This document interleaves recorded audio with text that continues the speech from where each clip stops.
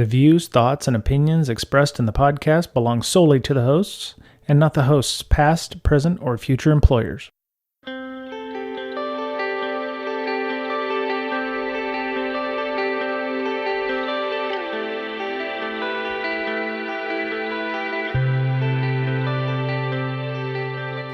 Okay, everybody. Hello and welcome to Breaking Down Security. Mr. Betcher, say hello. Hello. Hi. Okay, good. All right, excellent.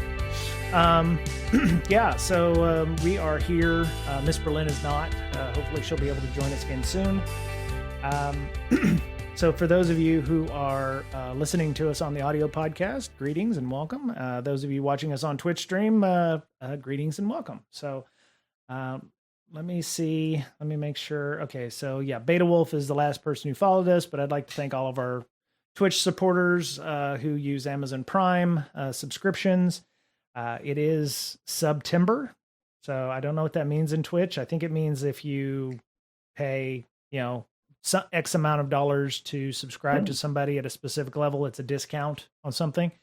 So if you do find value in what we're doing here, please feel free to subscribe to us on Amazon Prime with Amazon Prime account, or support us however you see fit. So, Mr. Betcher, how are you doing today? I'm doing great. Awesome. It's the end of the weekend, which is sad, but yeah. Glad I have a job and a pretty good one, running a SOC. So yeah, things are going well. Nice. Okay. You and I were talking a little bit before the show here, talking about what life might be like if we didn't do security. And I think I've talked about this. Y2T is also on with us, the infamous on our Slack Discord. And we were talking about what people think about when they think about, what does life look like if your first inkling is not what can go wrong, what a security take would be, I don't know, because I've never worked in that world, but I have to ask myself what they're thinking when they think, hey, let's build this thing and it does X, Y, and Z. And my first priorities are to the security, safety, and privacy, where they see it as usability, availability, cool new, buzzword and tool and whatever. Yeah. And I find myself at odds with, what would that look like? Or what would my job be if I decided to say, I just don't want to be a security TPM anymore? What would my job be? And, Mr. Betcher, what would your job be if you weren't a SOC person or wanted to do security? I'm not saying like, what would your fallback position have been if you didn't want to be a security person, but let's say you decided tomorrow, I'm just going to say, fucking leave. What do you want to do? What would you do? I'll probably be a rancher. Okay. Yeah. Something, self-employed, that sort of thing. Something old fashioned. Okay. Something. Yeah. Just get back to, the 1800s or whatever. You've been watching Yellowstone, haven't you? You've been watching Yellowstone. Actually, no. I'm probably going to wait till it's done and then binge. But yeah, something like that. See if I can survive off the grid type living, things like that. Yeah, that's what I do. I'm watching. I'm imagining you with a cowboy hat on, atop a horse with overalls. Chaps. And no, not overalls. I like chaps. I'm like a cowboy Betcher. Oh, yeah. What the hell happened with the? Okay, I don't know what happened there, but our overlay just went to complete shite. So, I have to figure out why that died like that. You're all squeezed. Okay, why can I not? It's either that or become like a consultant, maybe a SWAT team. If somebody gets hacked, they don't have a security team, they can hire us to come in and build that security program for them. Okay. All right. Y2T is very kind and said we had a little bit of a dropout there, but I think it's fine. So yeah, Mr. Betcher, I'm imagining you on a horse, like riding, with your chaps and spurs, and, you're walking hamburgers around all over the place, and, ribeyes and, yeah, pushing them. That sounds cool. I've thought quite a bit about this in the last 4 or 5 weeks, because one, I was very unhappy at my job.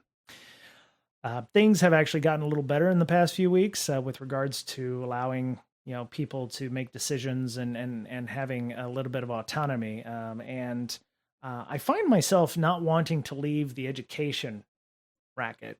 Being I actually like developing content on Twitch. I don't know if I'm good at it, but I would imagine the majority of people on Twitch don't actually make a profit on that. But I would love to continue doing some education.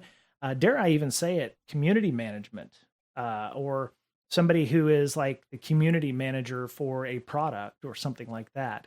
The unfortunate thing is I find that they pay dick. And I would have to take roughly, anywhere between a quarter to a half pay cut for like a community manager or a community type position, which kind of sucks. So I'd have to probably work 2 jobs to make what I'm making right now. But yeah, I find myself wanting to either continue doing like teaching and educating or doing community management. Yeah, that's what I just find myself doing. So, we have some viewers, people on there. YTT, what would you be doing if you weren't doing your job? And I'll let you, Think about it. yeah, think about that, and our other listeners as well. And we're going to continue on talking about this. So, for those of you who are not on our Twitch stream, some of this might be a bit of a review for you, but Mr. Betcher, it's new for him. I'm already not doing my job. So that's what YTT says. Okay. That's good. I guess that's the best way to do it. Be like, Retirement. I'm not doing security, but they're paying me security wages. That would be good. I'd like to be a philanthropist. Oh, yeah. That's but I just don't have the funds yet. I was going to say that job is just giving away money, right? So, I mean, or okay, I don't know what the hell is going on. If I had enough to give away, that would be nice. Right. That would be cool. Yeah. Okay. I don't honestly don't know what's going on with the interface on my screen here, but I'm going to let it do that, and hopefully that'll be a little better. Yeah. I mean, if I had Bill Gates money, I'd be philanthropizing and whatever's too. I'd be giving away stuff. So, YTT was a nurse for 6 years. Okay. That's a hard job. I would not want to be a nurse. I would not have wanted to have been a nurse during, I'm retiring to an off-grid property, not a rancher. You grow food instead. Well, Mr. Betcher would grow food as a rancher. Yeah, we should partner up. Walking hamburgers and ribeyes around, that would be pretty nice. Yeah. Unless you want to do sheep or goats or something like that, Mr. Betcher. You want to do sheep or goats? They're a little tougher in this environment. Yeah, but that makes sense. Yeah, that makes sense. You gotta protect them, right, from the wolves and coyotes and right. The hamburgers are a little bigger. The coyotes don't tend to play around with ribeyes. So I say ribeyes. Some mean donkeys. Oh, you know They'll what? Go after those canines. That's true. I have heard that they especially with like alpacas, or if you buy an alpaca or a not a camel. What the hell are those things? Llamas. They tend to, yeah. You can put them in with your sheep. Llamas. Or whatever yeah. Yeah. I'm not sure if they'll kill the coyotes, but a donkey will. They'll go and run them down and stomp them with their hooves. Nice. I don't have a problem with that. I don't have a problem with that at all. Yeah. So pigs are brutal on the coyotes as well, is what YTT is saying. Right. So your proto bacon does real well against coyotes. What is that, the Pokemon stuff? I need to get me some pigs. Well, what kind of pigs? Like, you want a truffle pig hunting truffles, or do you want like proto bacon kind of pigs? Well, it's not like cattle where you either have beef cattle or milk cattle. Oh, I think all pigs are meat pigs, right? They are to me. Yeah. So what kind of the meat pigs? Yes. Meat pigs. Yeah. And you can get to the the more, I don't know, environmental friendly pig farming where you could go and take, and it depends on what they allow in your area or your state, like maybe Yeah. your state and county restrictions. I know in some places, like I think it's Arizona, where you can, no, it's Nevada. They take all the leftover food from the big hotels in Oh yeah. Vegas, Oh and yeah. what they do is I guess they boil that or heat it up to a certain degree for a certain time, kill all the stuff, and then Right. feed it to pigs Okay. and Okay. potentially chickens. I don't know. So they recycle all that food, which is great, Right. so they don't have to spend as much um, hauling in the grains because it isn't in a usually a desert area. Right. Most of Nevada is, and they don't have to import a lot of food for the pigs because they already have it there. It's Yeah. basically trash.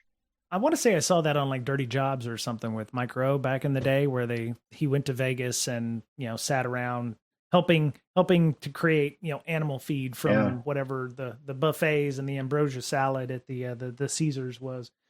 Yeah, that sounds right. So hey, welcome Beta Wolf. How you doing? Glad you're here. So Mr. Betcher, you and I were also talking about your company there. That are they hiring by any way, shape, or um, form? no, No. many companies are not, Yeah. especially in Yeah. that world. Yeah. Because the fear is that, well, did you see what happened to FedEx? Their Mm-mm. stock went down 17%. And I don't know what happened the next day after that. Right. But yeah, Right. overnight trading, they say, yeah, business is really bad right now. And Oh wow. when a company like that, who does shipping, so they have the pulse on the world Right. economy, really. Yeah. And when they say things are bad, um, CEOs really take that to heart, and they're like, Right. okay, we got to start cutting costs too. Right. We need to maintain, just maintain, right? Growth Yeah. is not a factor right now. We need to, or at least for most industries, we need to stay alive. Yeah. And so Yeah. that's what my company is doing, Yeah. I trying know. to weather this storm. Right. Yeah, yeah, I know. I know. My company is certain parts of it is on a hiring freeze. Other parts, like security, are somewhat still hiring. And but I wouldn't say being very particular, but we're definitely not just hiring like not like it used to be, where it was like, hey, people are hey, you're a dog walker. You want to be a security person? Come on in. That kind of thing. We are working on certain Yeah. initiatives that would actually require us to hire potentially junior people. I'm trying to push for that to happen, but yeah, we're hiring. It's just we're not hiring as fast as we were. We're trying to temper that with our upcoming yearly what do they call those OKRs, metrics Yeah. and headcount stuff. So yeah. But yeah, yeah, Beta Wolf. No, we're not. No, I'm not at Mando. I don't know what Mando is. Mando Calrissian. No, Mando. That's No, what I was no. thinking. Yeah, no, I'm not. I'm not at Mando. I assume you mean Mandiant, but no, I am not there. I had stock in Mandiant, which I talked about earlier, that got cashed out from Google, but I was never working there. I bought that on the open market. So, um, so let's. They are a company of which I do not work at. But yes. So, Mr. Betcher, I don't know if you've been keeping up with the news a little bit, but there's been a fairly decent sized breach. So, for some of you who were on the streams earlier this week, I have talked a little bit about that independently, but Mr. Betcher's really, his forte is incident response and very much more blue team than I am, and I would love to get his thoughts on the Uber breach. Mr. Betcher, we talked before the show a little bit about the reports are it's an 18-year-old person. I don't want to say a gender because I could be wrong. You know, all pronouns can be hackers. It just doesn't matter. But I just want to make sure that we don't get that wrong. But the story is that an 18-year-old person successfully socially engineered an IT person at Uber to get account credentials to a VPN connection. And in this case, and in the screenshots we have in our Discord channel, gained access to the network via VPN, and then found a network share with some scripts in it with PowerShell that had usernames and credentials in it. And after that, because it was an admin account, which gave them access to the password vaults, I believe it's called Thycotic, had access to domain admin, duo push, all this stuff. And then, of course, went completely YOLO on their Slack channel by saying, hey, I am hacker roar. I am in your base. All your base belong to us. And, people initially, I guess the stories were that, developers were like, ha ha ha. Yes. Enjoy SOC duty. Tell me how my code failed, fix some bugs for me if you can. Ha ha ha. And then found out, oh, this shit's legit. And, the stories that we've got updates for, according to one of them, was that all internal communications are now down, and that everything is completely up in the air. So I have some articles from ZDNet. I'm going to share my screen. So give me a second here. I'm going to share my screen. Well, first of all, let me just caveat by saying this could happen to anybody. We're not right. saying Uber sucks at security or anything like that. No, they could be absolutely legit, like really good at security. These things right. just, if you miss in just a few areas, right? Just right. like in sports, you could play the game perfectly for, 8 innings, and then that 9th inning, you throw a change up, and the batter's ready for it, and you lose the game, right? Yep. So yeah, we're not saying that, they should have done this, should have done that. We don't know. Right. We're not in their company. We don't work for Uber. I don't right. know anybody that works for Uber. So, yep. Besides drivers, but yeah, with that caveat, let's talk. Yeah. So I believe this is the story. Yeah, from ZDNet, they say it looks bad, potentially compromising all systems. They say the hacker on Thursday believed to have breached multiple internal systems with admin access to both of their Uber clouds, which were AWS and GCP. Uber has sent, here's the update that I saw when I was doing some research here. They shut down their online access to internal comms and engineering systems while it investigated the breach. The company's internal messaging platform Slack was also taken offline. So yes, 100% what you said. We're not blaming anybody. Anybody can be socially engineered on any given day. The hacker, of course, who claimed to be 18 years old at the time, sent a text message to Uber employees and was able to persuade a staff member to reveal a password after claiming to be corporate IT personnel, which, we've heard stories about finance people wiring money because, hey, I'm the CEO. Please send $1 million to this account. Don't question me. I'm the CEO. God damn it. And they're like, well, he said he was a CEO, or they said that they were CEO. So we did it anyway. Social engineering. Potentially this can be regardless. More like you send a password that could cost even more than, that sort of thing. Right. Hash itself. Yep. Exactly. I'm going to turn off preview here. For some reason, I'm lagging like a mofo. I can only blame my internet connection, but so when something like this happens, and I have not worked at an organization that has suffered a huge data breach, thankfully, knock wood. It would be an unfortunate day if that happened, where I work.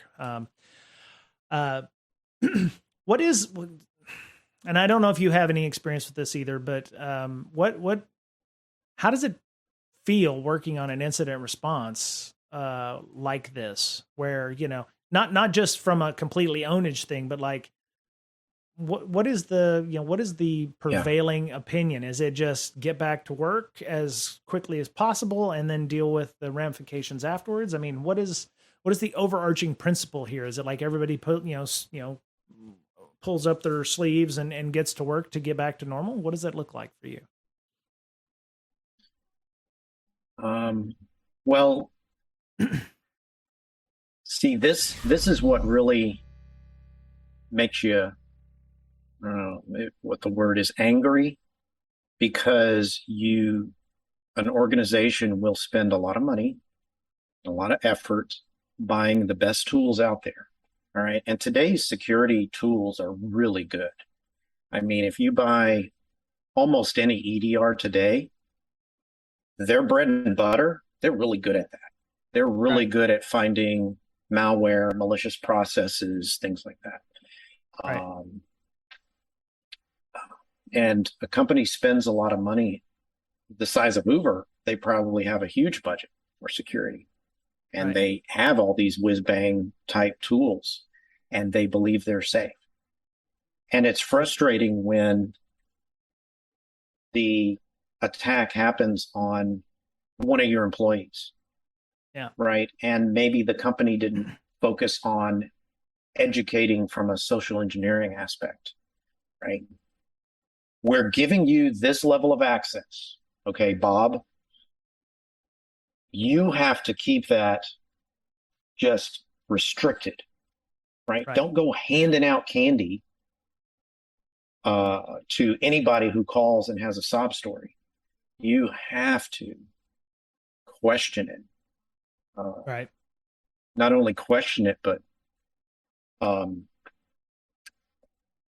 make sure that they have the authority to get those credentials. Escalate if needed. Though that kind of education needs to happen, and it's easy to let that slip because it's hard. It's hard to, maybe the security team hires a person that's really good at communication and visuals and maybe is an artist. They know nothing about security, but they can do really great graphics and they know humans and what motivates their education. Right. And so when you're looking at something, it kind of visually strikes you and you're like, oh, okay, I have this level of access and I need to keep that safe. Right. I just can't go willy-nilly giving it to anyone who asks for it, because they need to know that the ramifications of giving it to the wrong person can cost the company tens of millions. They're in all the papers. Their brand has a hit, their reputation, things like that. Right. When they suffer a breach. And right, it comes down to budget. This particular hack and how much it's going to cost them. I'm sure it's cost them a lot already as a company. So, agreed. Shifting that focus to social engineering is hard to justify. Yep. Because you can't see the tangible benefits of that. Right. Yeah, I'm reminded that this isn't the first time Uber has been in the news. They had an issue a couple years back, 2021, 2020, somewhere around there, where they had paid off an extortionist as a bug bounty with the idea that they wanted to hide that in some way, and that actually suffered. It caused them some. I don't want to even call it reputational damage. It just made the news because, as I talked about on Friday, there is no reputational damage anymore. It's a myth. Were they the ones that had the DMARC issue as well? Ooh, I do not know. DMARC issue. Where anyone could send an email as Uber? Oh. Yeah. I do not know. Let me go and double check. DMARC issue, email impersonation. So one of our Twitch subscribers, ArcONO64. Oh, there you go. The second link. Yeah, Uber ignores vulnerability that lets you send an email. Ah, okay. So vulnerability in the email system allows anyone to send emails on behalf of Uber. Well, that's a big one. So it not only can hurt your partners, but right, also right, fool your own employees by thinking, okay, this is official because it's from my company. right. So That's interesting. Yeah. So Uber has had I wouldn't say a history of security related events, but it's they've been a interesting. target, you They are know. definitely targeted. Yeah. Um, that one's interesting. I will put a link in our chat window for that. And Yeah. yeah. Well, see, Beta, easy. You say easy fix. I'm sure you said, hey, we'll just do that. Anytime somebody uses just, it's never that simple. I will argue that. And I will argue that until I'm dead, because I've worked with a lot of developers who say, yeah, just do this and it'll be fixed. Yeah. Just only works because they're already at where they need to be. When they're trying to bring you up, yeah, it's rough. But we can debate that point another time. So my question is, so they've apparently this hacker has gotten source, pretty much has leaked databases, credentials. First thing I did when I found out Uber was hacked was I told the wife, I said, hey, Uber got hacked, change your password. I went in, I changed my password, because we can just assume that emails and passwords were gone. They're gone. If you haven't changed your password on your Uber account, you probably should do so now. Or invalidate your OAuth tokens or whatever it is you use to log into that site. I think I have two-factor for Uber, so Okay, well that's another possibility, but that came up this weekend as well. I want to talk about the MFA stuff as well. Now that you've talked about it, Arco No64 had mentioned the fact that they owned up everything, including the source code.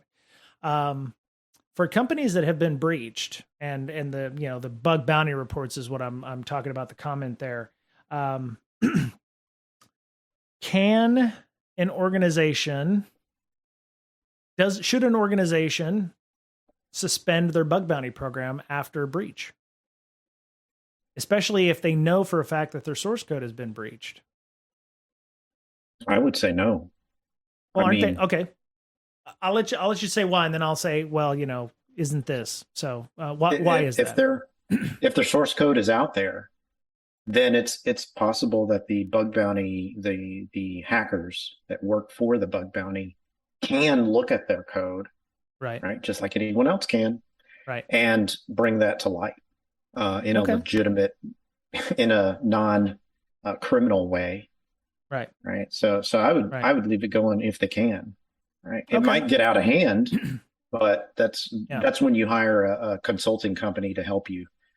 And there's a number of them out there Yeah. that can Okay. filter out all of those. And Yeah. yeah, I don't want to speak for Uber, but it seems like they're a big enough company where they might be able to shift some funds over to their bug bounty if needed, because Yeah. the source code is out there now.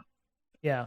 So according to our Arco No 64, they have in fact suspended their bug bounty program. My whole thinking with that would be the bad guy could be double dipping, right?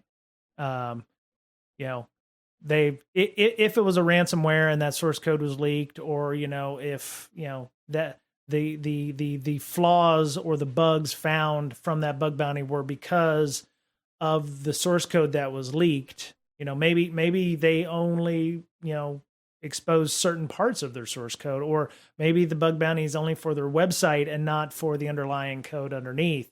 Having access to that code, it's like, pay me, I looked through your source code. Well, that source code's out of scope for the testing. My thought was, either the bad guy'd be double dipping because, you're gonna get money for, giving the source code away to bad guys. But it does sound like, Yeah. According to our Twitch chatter here, that they did suspend the program. I don't know how you would start that back up though at some point. But it is interesting, and yeah, I would wonder about keeping that on and running after a breach. They found the flaws in the code. Who cares how they found it? It's important. Pay for it. Well, okay. So Y2T asked this question: if they found flaws in the code, who cares how they found it? It's important. Pay for it. What if?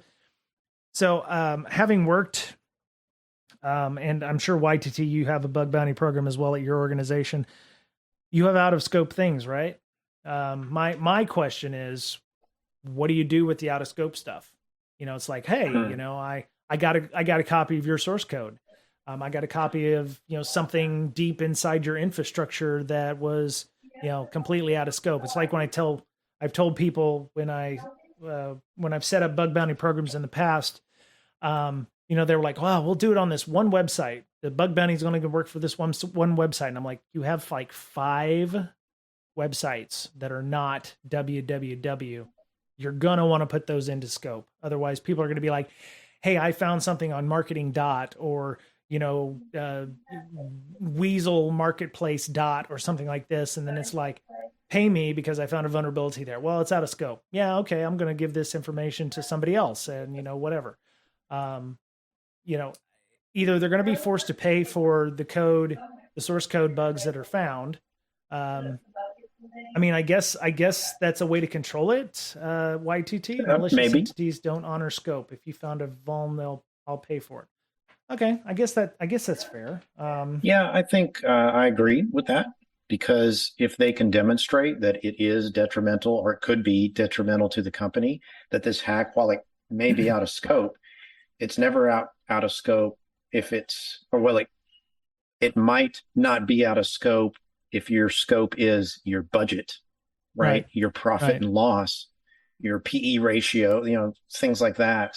If they can demonstrate, and that's why it's good, a company of that size maybe have that arbiter in the middle, one of these bug bounty companies, right? To say, okay, we've analyzed this hack too. And as a third party observer, we believe that this particular hack could cost you, your risk is $1 million a year, right? For the next 10 years or whatever, unless it's fixed. Okay. So those kind of things, in the case of your source code is public now, might be a good idea to do that. At least I would. That way you don't have to spend a lot of resources on your bug bounty program, right? And the expertise, right, that it would take to analyze that risk. Yeah. So Arcanos 64 says the thought is the attacker would be selling the bug bounty reports, which have yet to be fixed, to third parties. So they'll either sell them to you or sell them to someone else. Right. And you had a good point there, Mr. Betcher, and Miss YTT also did. Maybe they suspended it temporarily because they already have enough work to do shoring up their environment, potentially, because they're going to be changing a lot of passwords. They're going to be changing tokens. I mean, if they really did pop the password vault, which is for us civilian folks the equivalent of your 1Password or your LastPass vault, they've got a lot of stuff that they're going to change, which is going to affect their operations. If they have, API tokens in their AWS and GCP, they're going to have to, reprovision those and make sure that they happen. Beta Wolf says there used to be some really sketchy, quote unquote, cybersecurity companies that would buy reports and hit companies with the help. There you go. I do believe within hours of the Uber breach, I was already getting emails from PR companies saying, hey, our thought leader is going to come on and talk about how Uber could have prevented this. I do believe Malware Jake on Twitter had also asked for any sales emails that, from third-party vultures that might be trying to capitalize on, on this. Hey, we can tell you how, Uber could have fixed this issue with our fancy ass beeping box or whatever. So I thought that was a bit predatory. Yeah, it is predatory, and they don't know. They don't know how Uber could have prevented this. And just by the word prevent, maybe they could have mitigated it in some way if they'd have, known about the password vault. Maybe the password vault was something that no one knew outside of IT. Right? Maybe the security team didn't even know about this vault. It's possible. Yeah. We just don't know. We don't have insiders. We're not part of their IR team or their technology team. So to speculate like that is something we, as security professionals should never do. Right. We don't have the inside information. So whatever they make public might be true. It might not be. You never know. But the cheapest one solution. thing Beta Wolf, you use the word just again. The cheapest solution would have just been inside training. Yeah, training is good. One of the things that is coming up is Security Awareness Month. And sorry, Mr. Betcher, I'll let you finish your thought here after this. Mhm. I actually have to wonder about these old chestnuts that we've been holding on to for years about security is everyone's problem. Uh, you know, uh, Investing in people or what have you. We have all these little chestnuts that we like to use. Um, yeah, definitely watch. Yeah, YTT. This is definitely we need to watch what's happening. Hopefully, we'll get some kind of final report from Uber. I would hope that they're open enough that they can publish that. But Mr. Betcher, your point, sir. I think in the past, the social engineering has been a lot easier than it is today, just because attackers all over the world have gotten more sophisticated. And by sophisticated, I mean when we got attacks 5 years ago, the lingo wasn't right, the grammar wasn't right, the the scope wasn't correct. You could pick out little things in these emails, and you'd be trained by these professional social engineering companies that would come train you. Oh, well, if they misspell a word, that's a red flag, right? Right. And I always thought, like, what if they hired a native speaker, whatever country it is that's getting attacked, um, or whatever host country, they Yeah. hire a native speaker to correct all their language, their lingo. Maybe they know something about the company, and Yeah. just make it perfect. And I'm like, well, if I were doing this attack, I could make it so that 80% of people would fall for it, right? Right. Right. Just they made these flaws, and now I think they realize this. They're getting better at it, and the social engineering attacks today are really good.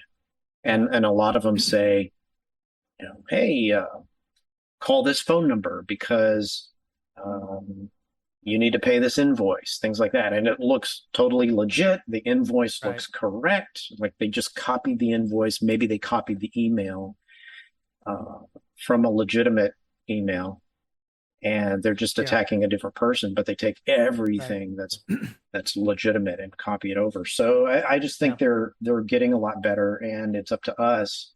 While these tools are really good to get the technical aspects of an attack from a endpoint perspective, it's the social engineering that really hits us. It reminds me of Yeah. that one commercial, and I don't remember what it was for, but they had these two.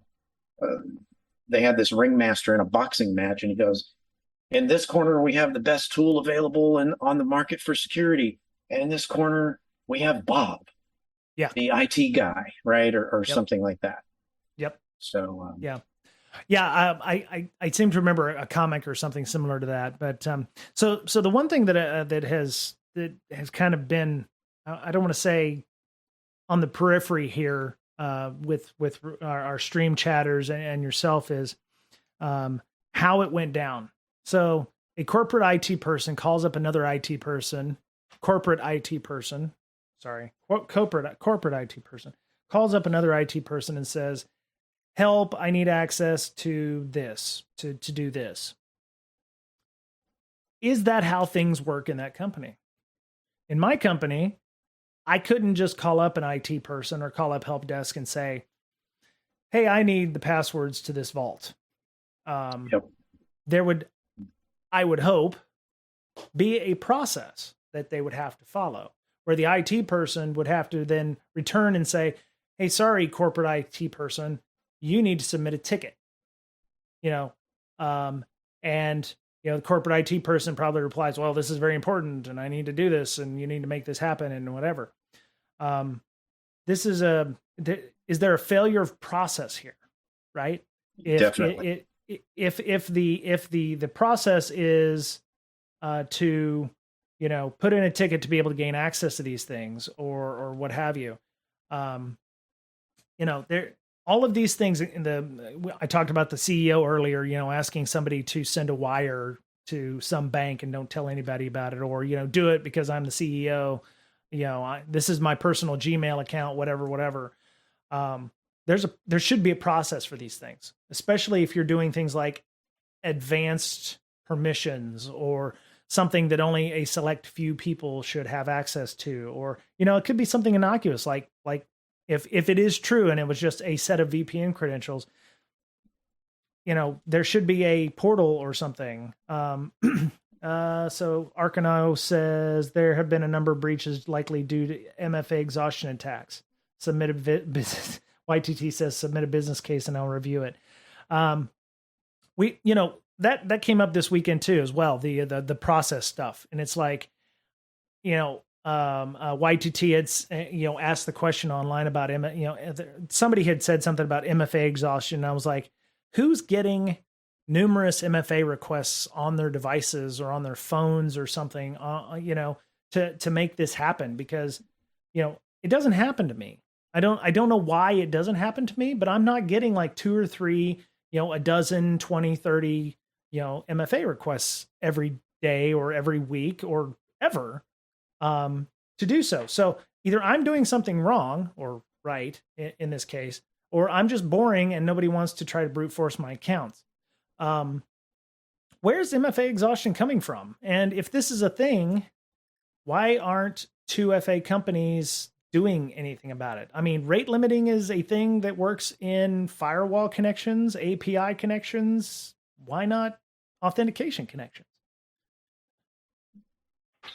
Yeah, I'm not an authentication expert, but Right. I think, and then there's but again, I believe that it's tied to the computer that you have.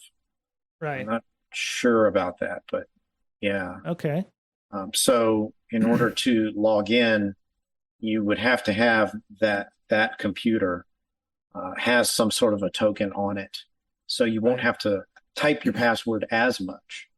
But I'm not the right person to ask. Maybe we should get somebody on who's skilled at SSO and all the things. Right. Yeah. I you know, I don't know if it's because of how I have everything set up in my environment where I have no work stuff on my computer, on my personal boxes or on my device or what have you.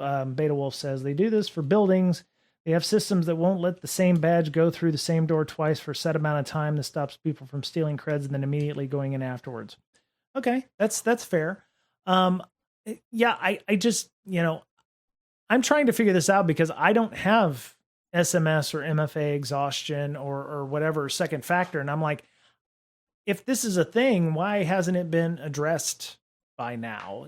Or is this something that is already in place in MFA systems and it's just not being implemented by the organizations that buy these devices? I have a Twitter link here from Rachel Toback, which I commented on earlier, and I will add here about turning on various things to secure your MFA accounts, including strengthening some of the solutions. There's a link in our Twitter chat. Turning on number matching to reduce phishing risk of app-based MFA code tools if in use. Trying FIDO keys with small groups of admin access users for a phased approach. And encouraging services to allow FIDO keys for MFA so we can improve usability and make it practical for all. Yeah, you know, my company doesn't use MFA in that role. Well, not like a number-based MFA or what have you. Are they using federated identity? I don't want to mention mention the system name, but we no longer use VPN for a vast majority of things. It's like they turn that off. You have to have a separate token, a hard token. Back when I used to work with them as a 3P, there was like an 8-digit RSA token, you know, like the one with the 8 digits, and it was random, and you had to input that in with your VPN. But they've gotten rid of that altogether, and it's a hardware token now. It looks like a YubiKey, like this. And you just plug it into your computer when it asks you for it, and you tap it, and then it does its thing. This is actually an HDMI to DisplayPort adapter, but you get the idea. I mean, I don't know what it is that we do, if that is what their idea of zero trust is, but I don't have I have another YubiKey that I use for my login passwords for my computer, which is a legit YubiKey. If I lose this, then I can't log into my box or do anything on that box. But yeah, I get it. Hardware tokens are great and everybody should be using them because they're the best things ever. But I would lose that if it was not in my laptop somewhere. The minute I had to carry around a token, and this is a thumb drive now, I'd lose this thing. Matter of fact, when I was on work down in LA where my company is, I had to go back to my hotel room because I'd left my hardware token in my pants pocket in my other pants. And, it's like, well, now I can't do shit today. If I had been further away, then I wouldn't have been able to do anything. So hardware tokens are great, but not for everybody. Right. Yeah. I was completely useless at work until I, went back to the hotel room and got my FIDO token or whatever. These are all great examples of things to do. If this IT admin had some way to verify that person who was who they say they were, if there was a portal that they could have had that would have allowed the corporate IT person to authenticate themselves legitimately, that might have reduced the chance of this occurring. If the VPN connection, if they just didn't hand over, I said just, if there were additional controls in place or had been enforced, there may not have been, this may not have even been in the news. I don't know. YTT says many providers don't support FIDO2 or similar. What's the difference between forgetting your badge and forgetting your token? They're the same thing. Absolutely. Doctors' offices now have the, badge into the system, badge into the computer, because making doctors remember a password that they're going to have to type in hundreds of times a day is a pain in the ass. I'm surprised it took as long as it did to not have some kind of badge in system like that. But yeah, I don't get the fatigue, so I don't understand the problem. And I wouldn't have even known it was a problem until, I'd seen enough people say, whoa, I get dozens of MFA requests a day on my account. I'm like, how are the attackers knowing this? Is this bad OPSEC on people's part where it's like, hey, I work for blah, blah company. Well, okay, great. Now they know, how you format your email account. They're going to, brute force your attacks. And if your SOC people are not, looking for every brute force attack that's going on, eventually you're going to get an MFA function or something like that.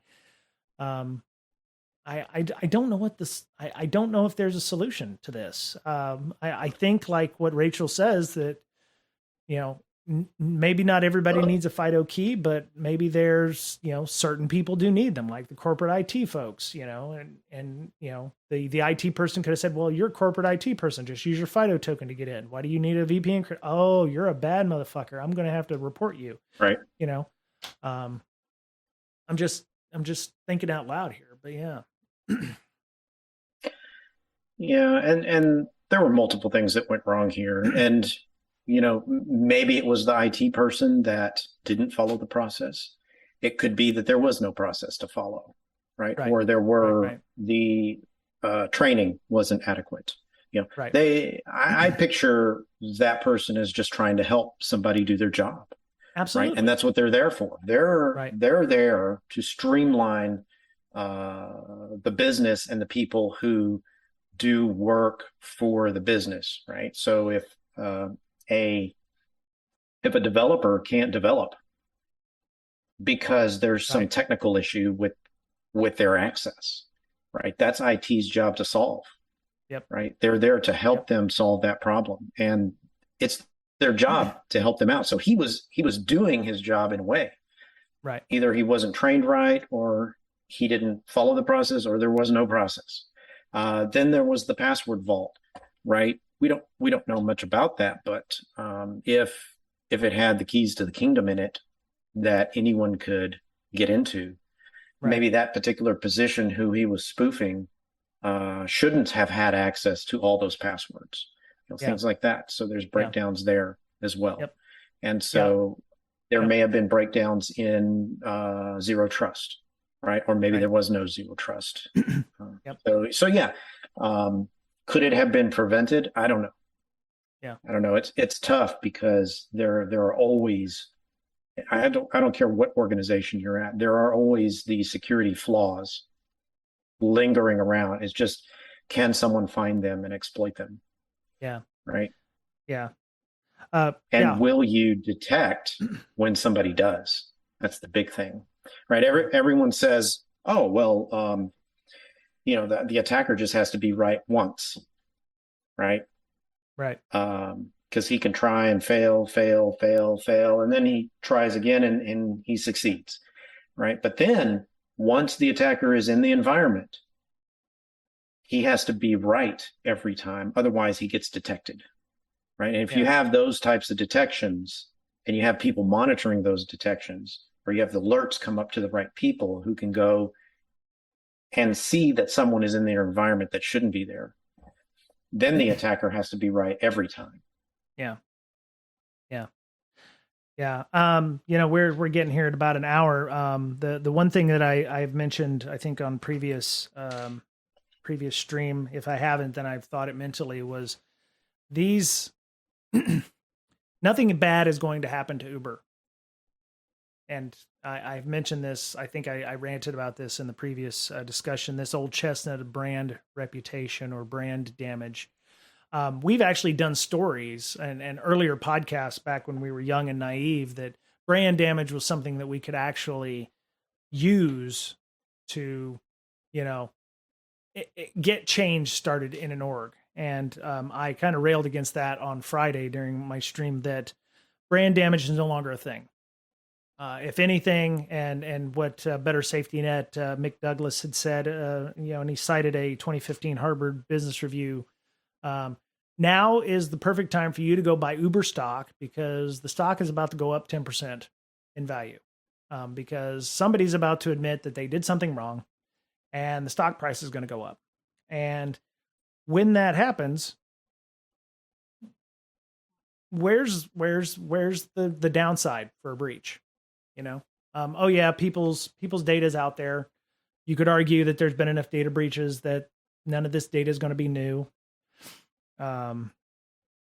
Maybe a new credit card number once or twice, maybe 25 to 30% of the cards may be new, may have rolled over. There's going to be no negative in 6 months for Uber. YTT, as a matter of fact, me and her, she actually said $38 a share. I have my post-it note here for October 16th. I'm going to go look at the share price. It was 31 something on September 16th. But on October 16th, I'm going to go look at the stock price for Uber and find out how much it's gone up. It went from 33.18, 33.10 down to 31.03, and it kind of stabilized at 31.93. So It lost 10%. $1. Yeah, it lost less than 10% of its value because of the breach. I mean, and because they're about to put out the, hey, here's what happened, we vow to do better. I mean, even Twitter, they have Mudge testifying in front of Congress. Stock's still around 40. I mean, it's not going to go any lower, I don't think. And if anything, the PR cycle is just going to make it so that, it's going to look like they've improved, they're sorry, they're contrite, and the stock price is going to go up. So nothing bad is going to happen to Uber. We're not going to be speaking about it in past tense.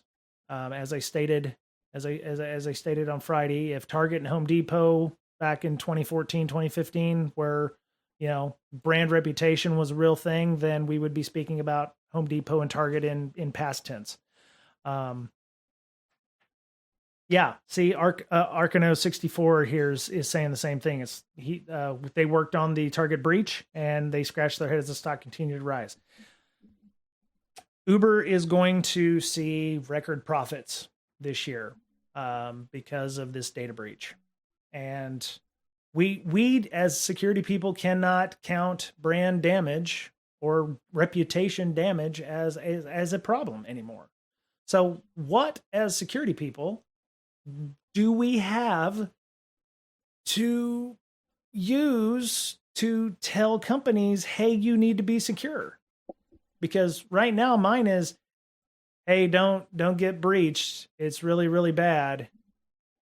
Well, for the next 48 um, hours, and then it's going to, cause their stock price to go up. I mean, their that's cyber insurance goes up. if they have cyber insurance. If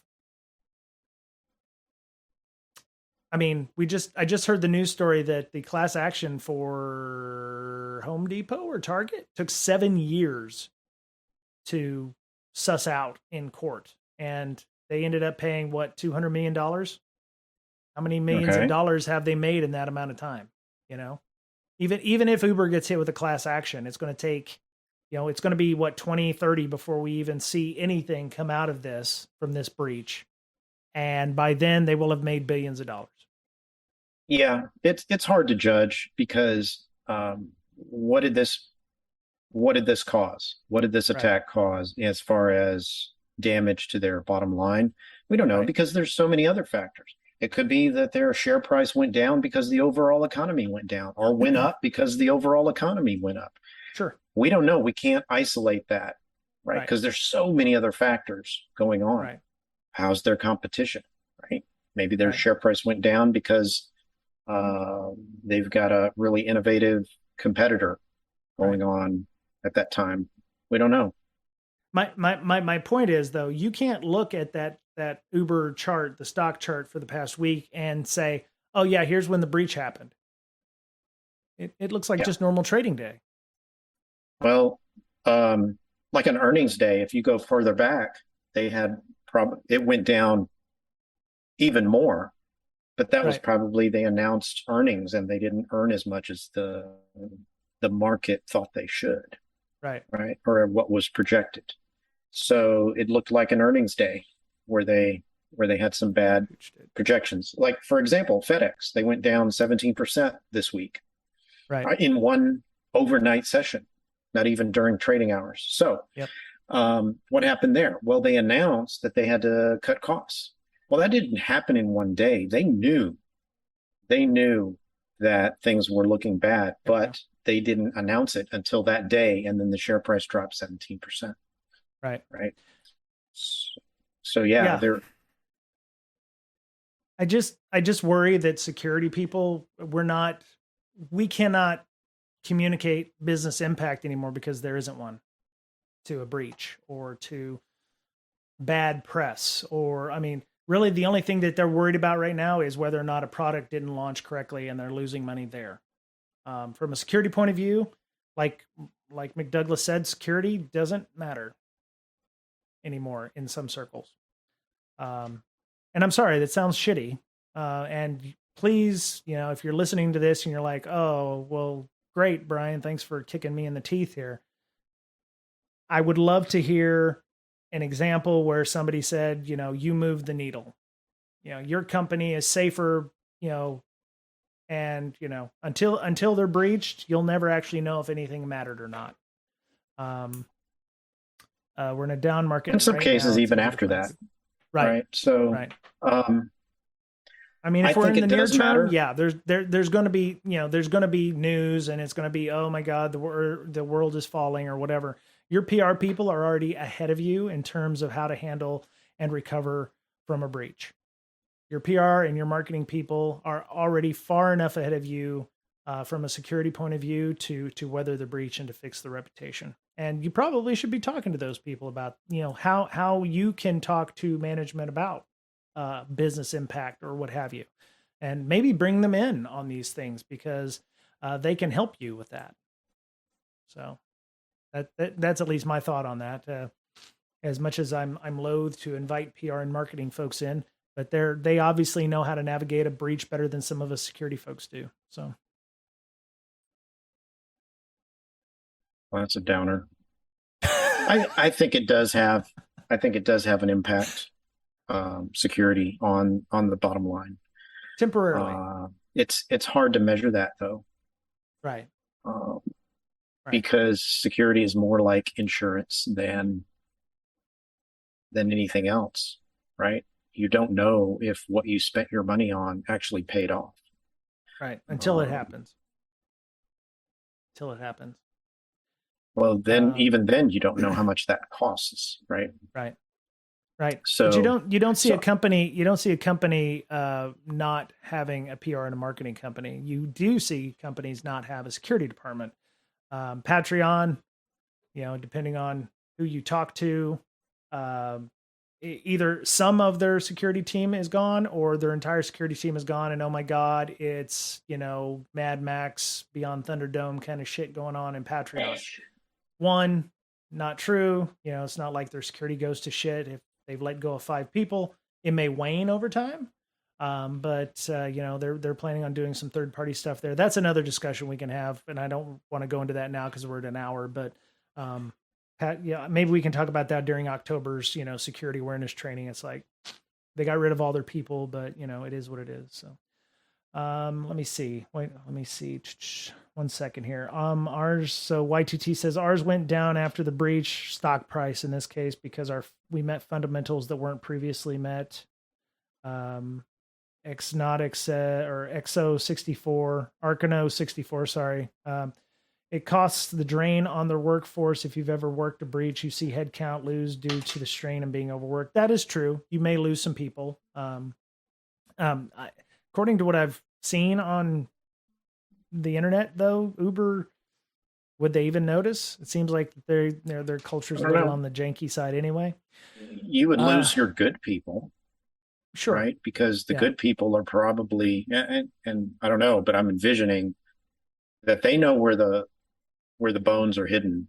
Right. And they're probably telling people, hey, we need to shore this up. We need to do this. We need to do that. Yep. And that never happens. And then all of a sudden the nightmare comes to fruition and they're frustrated and they go, and then new people come in. They don't know where the bones are. Right. Yep. And so things are even worse off. Right, from that perspective. Yep. YTT says we're in a down hiring market right now. It's easy to find people. It's really hard to identify a reason for security that I can take to the board.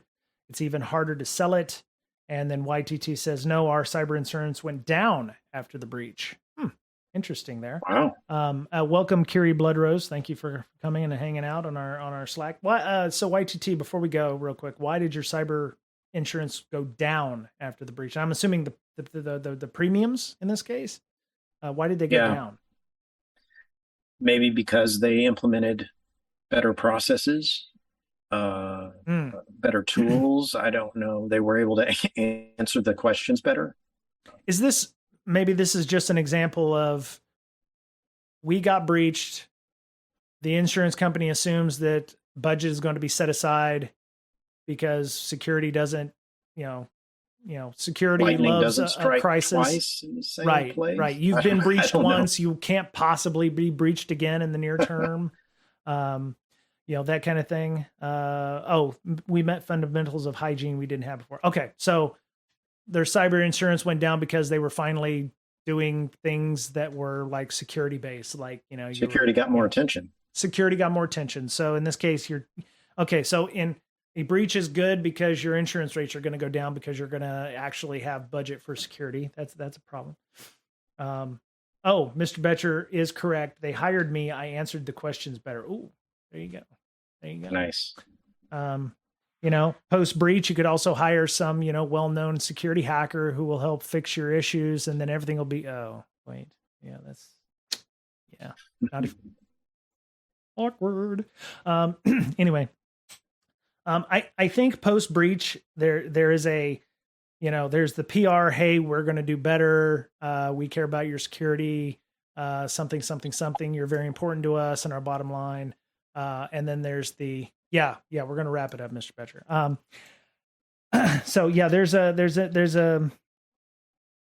There's an impetus there to want to improve at the end. So I do appreciate that. But I would love to hear everybody's feedback either in our Discord, which you can get to at discord.gg/breaksec. Make sure that you actually fill out the code of conduct. We are moderated and everything. We're also on a Slack, but to be fair, we are probably kind of forestalling adding a bunch of new people to that. So the Discord is probably where we're going to continue moving from here on out. Mr. Betcher, people wanted to talk to you about incident response and IR and stuff. How would they find you? Log-md.com. Okay. Definitely get a hold of me there. And I just want to add, if it might be a good idea if you're in that position, or you're in a company and you want to get some recognition. This might be a good talk to do, or a presentation in front Brown of bag. IT staff or your technology team, whatever in Yep. your company. Yep. Just walk through this, do some research on this breach, walk through it, because I think it might get the point across that, hey, maybe we need these processes in place. Right. Maybe we need to pay attention to who's asking for these things. Like, I know you say you're one of our people who works in, Germany. Maybe you have an office in Germany, and but let me verify that. Who do you work for? Who's your boss? Can you have your boss call me? Right? Can you get on a video chat so I can actually see you? Right? Right. Things like that Yep. might help out, just to question everything. Yeah. And Definitely draw some and parallels. giving that Yeah. presentation to your IT staff. I mean, they may not have heard of this type of attack before. Yep. Yeah. Definitely draw some parallels. You could say, hey, if somebody if somebody called IT and asked for a VPN credential, what do we tell them? Well, we tell them what the password is, or we provision them an account. And it's like, no, that's not what you should do. But yeah, definitely find some ways to draw parallels between what happened at Uber as the details come out, and stuff in your own organization to help draw those parallels. Mm-hmm. So especially if you can do things like third party issues or something like that. Hey, I'm a third party. I want to I need an account because I got locked out, and it's like, okay, there should be a process there or something like that. So absolutely, thank you for that last bit there, Mr. Betcher. I appreciate that. Discord, breakingsecurity.com, BRAKEING security.com is our official website. Miss Berlin, you can find her at InfoSyster, INFOSYSTIR. Hackers Health is her nonprofit that helps bring light and awareness to mental health issues in InfoSec. Thank you, Wicked Blue Ninja, for the stream, the critique. Appreciate the positive feedback there. Said great stream today. And you can follow me on Twitter at Brian Break, BRYANBRAKE, and our podcast is BreakSec on Twitter as well. So, and thank you for the subscription, Wicked Blue Ninja. Appreciate that. If you have a Prime Gaming or a Amazon Prime account, you can do so, and it doesn't cost you anything. It's part of your Prime subscription, and we get some cash for that. So appreciate the help there. We have appreciate everybody who comes out and joins me on the stream here. I try to stream on Tuesdays and Fridays at 3 p.m. Pacific time. We go through some Hack the Box stuff, some tutorials. I might go through some news and some threat intelligence stuff. Would love to have you join me if you can. 3 p.m. Pacific time, 3:30 p.m. Pacific time. And watch the Discord. I tend to announce it there. So if you can, get online. Oh, Super Lolly, thank you for joining. Hang on. Oh, damn. That's too late for us. Damn. Anyway, so that was it for our Breaking Down Security this week. Hope you enjoyed. Take care of yourselves. Mr. Betcher, as always, it's great seeing you, sir. And I hope you are safe and, you continue enjoying doing your work. Thanks, Brian. Cool. Same to you. Yeah, it's getting better. So, yeah. So, have a great week. Be kind to one another, please. Take care of yourselves. As we're fond of saying here, you're the only you have. And we'll talk soon. Bye-bye.